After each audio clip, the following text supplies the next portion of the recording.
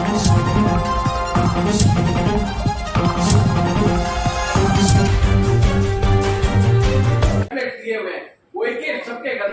मैं कुछ आप देख रहे राजस्थान धड़का न्यूज। कांग्रेस ओबीसी राष्ट्रीय अध्यक्ष का संभागीय महासम्मेलन 28 अगस्त को। ओबीसी विभाग के चेयरमैन हरसहाय यादव, राष्ट्रीय संयोजक राजेंद्र सिंह 2 दिवसीय जोधपुर संभाग के दौरे पर रहे। इस दौरान जोधपुर स्थित सर्किट हाउस में प्रेस वार्ता में विभाग के चेयरमैन हरसहाय यादव, राष्ट्रीय संयोजक राजेंद्र सिंह ने ओबीसी आरक्षण को 21% से बढ़ाकर 27% करने, जातिगत जनगणना कराने की घोषणा करने एवं ओबीसी वर्ग की जातियों के बोर्ड गठन करने पर मुख्यमंत्री अशोक गहलोत का आभार व्यक्त किया व अभिनंदन किया।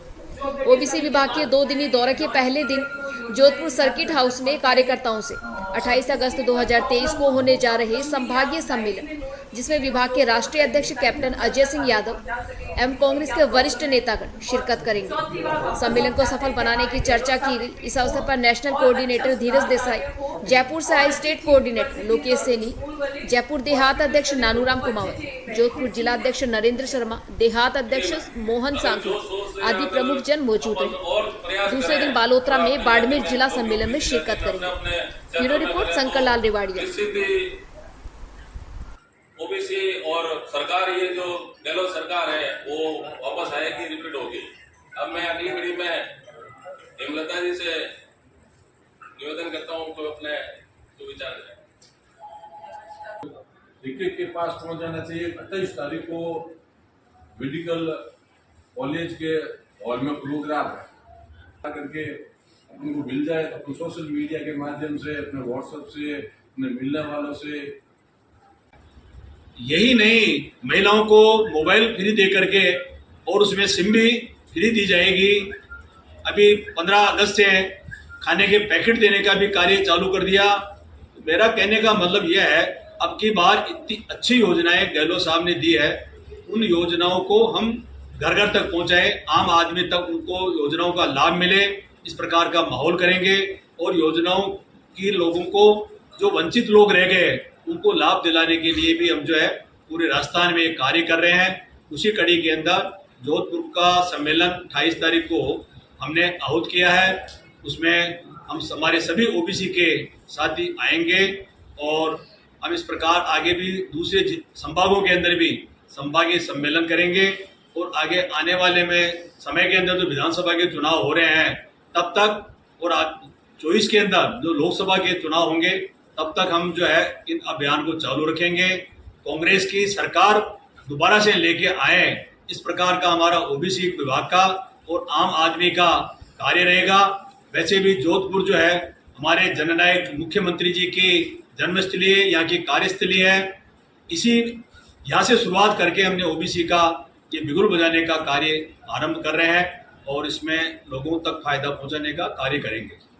राजस्थान में ओबीसी मोर्चे में आप कितनी भागीदारी सीटें लेनी चाहेंगे? ओबीसी की हमने अभी सीटों का किया है, लगभग 90 ऐसी सीटें हैं जिसके अंदर 200 सीटों के अंदर से उसमें ओबीसी की भागीदारी निभाने का, और ओबीसी की हमने तय भी कर लिया, लिस्ट भी बना ली हमारे से। अभी कुछ दिनों पहले खड़गे साहब और एसी वेणुगोपाल जी और हमारे नेशनल दिल्ली में मीटिंग हुई थी, उसके अंदर मैं गया था। उन्होंने हमारी जो सूची भी मांगी है, मुख्यमंत्री जी ने भी मेरे को 2 बार इस बात का लिए बताया है कि भाई ओबीसी की कौन कौन सी सीटें हैं, उनकी एक सूची बना करके आप दो। हमने तय कर लिया। तो लगभग 90 ऐसी विधानसभाएं हैं राजस्थान के अंदर जिसके अंदर ओबीसी की भागीदारी होनी चाहिए, ओबीसी के टिकट मिलने चाहिए। और मैं आपको बता दूंगा, आप देख भी लेना, जब होगा तो ओबीसी को अच्छी संख्या के अंदर जो है भागीदारी मिलेगी। आप कह रहे हो 21% से 27% किया, ये धरातल पर उतरेगा क्या? 3 महीने बाद चुनाव बिल्कुल धरातल पे उतरेगा। आज नहीं उतरेगा तो ऐसा है, जो चीज एक बार खुल गया, रास्ता हो गया, तो ये जरूरी 3 महीने में मिले, आगे आने वाले समय में तो मिलेगा ही। क्योंकि सुप्रीम कोर्ट का ऑर्डर है कि 50% से ऊपर आप नहीं वो तो पहले ही हो चुका। जब 10% सामान्य वर्ग को दिया, 5% दूसरों को बढ़ाया था, उस समय 50% की सीमा तो खत्म हो चुकी थी। अन्य जो राज्य है, कई जगह देखो आप, दूसरे राज्यों के अंदर जो है 70% की जो है आज भी आरक्षण है। तो ये तो कोई इशू नहीं है इस बात का। तो कोर्ट में जाएंगे तो कोर्ट का तो भी बिहार ने जातीय जनगणना चालू का नेतृत्व तो बात हुआ ही नहीं। वैसे भी जो मुख्यमंत्री है आज की तारीख में, जो मुख्यमंत्री है, मुख्यमंत्री जी की योजनाओं के नेतृत्व में चुनाव लड़ा जाएगा। ये जो चुनाव है अब की बात ऐतिहासिक चुनाव होगा। ये चुनाव कांग्रेस की और अशोक जी गहलोत की जो नीतियां हैं और उनकी जो योजनाएं हैं, उन योजनाओं के पीछे चुनाव होगा। और ये जो योजनाएं हैं आज पूरे देश के अंदर, मैं भी गुजरात भी गया था, कर्नाटक में भी, जितने भी हिमाचल में, हर राज्य के अंदर जो है यहाँ का मैनिफेस्टो रखा गया है। हिमाचल के अंदर जो ओपीएस जो कर्मचारियों की थी उसी के पीछे सरकार बन गई। कर्नाटक में जितनी भी ये जो योजनाएं थी उन्होंने बिजली के, गैस सिलेंडर के, ये सारे मुद्दे रखे और उनका लागू भी कर दिया। आपने सब देख लिया वो कर्नाटक के अंदर। सर, जैसा कि आपने कहा कि 200 में से 90 सीटों पर ओबीसी की दावेदारी रहेगी, तो क्या सीएम का चेहरा भी ओबीसी होगा इस बार? वो तो है, इसमें क्या बात है। अशोक गहलोत चौथी बार मुख्यमंत्री बनेंगे, आप देख लेना डेफिनेटली। आपका कहने का मतलब अशोक गहलोत ही आएंगे इस बार? सीएम का बिल्कुल, चेहरा जिसके अशोक गहलोत रहेगा? चेहरा तो योजनाओं का है, पर मुख्यमंत्री अशोक जी गहलोत चौथी बार बनेंगे। मैं आपको इस बात का विश्वास दिला रहा हूँ। आप अभी आपकी बात जो थी वो आपने कहा था कि सीएम का चेहरा हमारा कोई डिसाइडेड नहीं है। अब आप कह रहे हैं कि अशोक गहलोत ही चौथी बार बनेंगे। चेहरा रहो नहीं रहो, जनता के सामने चेहरा अशोक जी गहलोत और उनकी योजनाओं का है, और उनकी जो कार्य कर रहे हैं उनका सब लोगों की प्रति जो भावना है। पहले भी आप देख रहे हो तो हमेशा कहते हैं मैं तो एक माड़ी हूँ, पर 36 कौम का उनके साथ रहता है।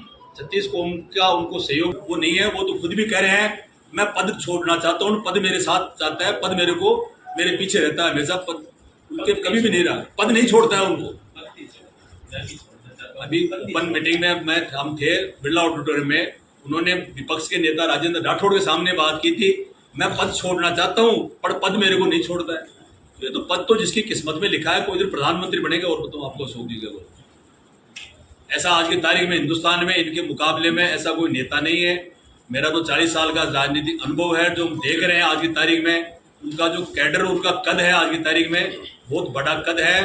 और ये हमारे राजस्थान के लिए सौभाग्य की बात है, जोधपुर के लिए तो खास सौभाग्य की बात है कि हमारे को ऐसा जननायक जो नेता मिला है, ताकि आज जोधपुर में जो जितने विकास हुए हैं आप सब देख रहे हो, अशोक जी गहलोत की देन है।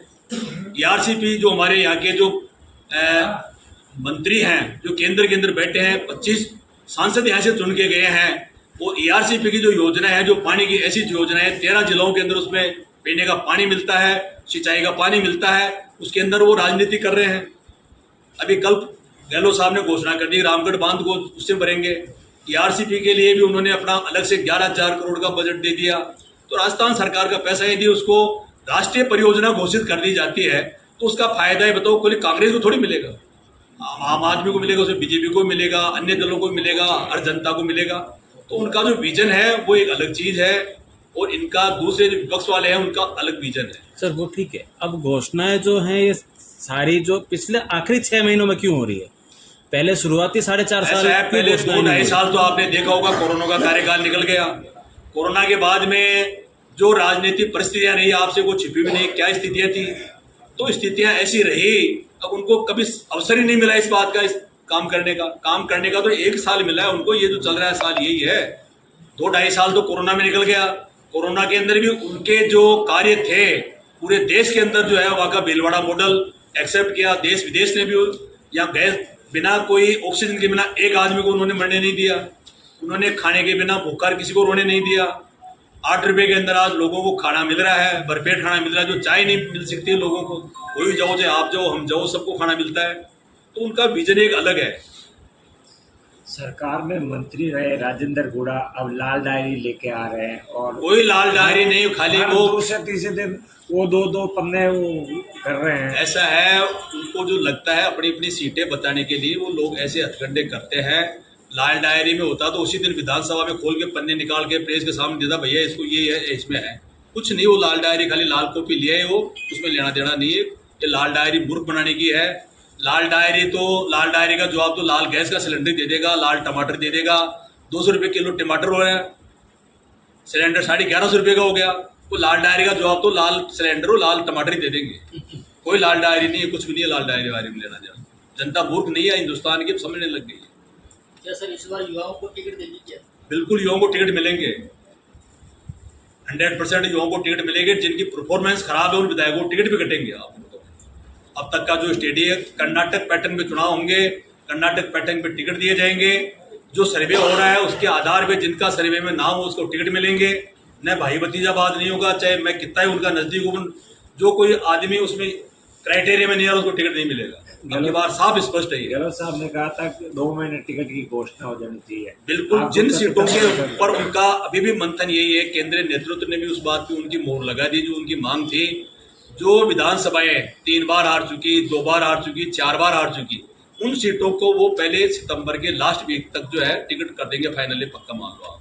राजस्थान में राजस्थान प्रदेश कांग्रेस कमेटी ओबीसी विभाग के चेयरमैन हर्षा यादव जी और इनके साथ ओबीसी टीम में स्वयं राजेंद्र सेन मिशन 156 लेकर के हम पूरे राजस्थान में जिला स्तर पर जा रहे।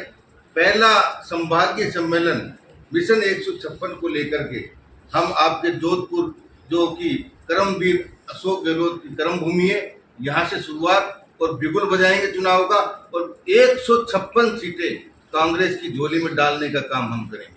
ये ओबीसी के साथ ही जो 56% है, ये 56% मतदाता कांग्रेस को मचक के वोट देगा और 156 सीट इस बार प्रदेश में आएगी और पुनः इस प्रदेश में कांग्रेस का राज बनेगा और ओबीसी का मुख्यमंत्री आप फिर इस राजस्थान में देखेंगे। आपका परिचय सर? राजेंद्र सेन, राष्ट्रीय संयोजक AICC ओबीसी विभाग।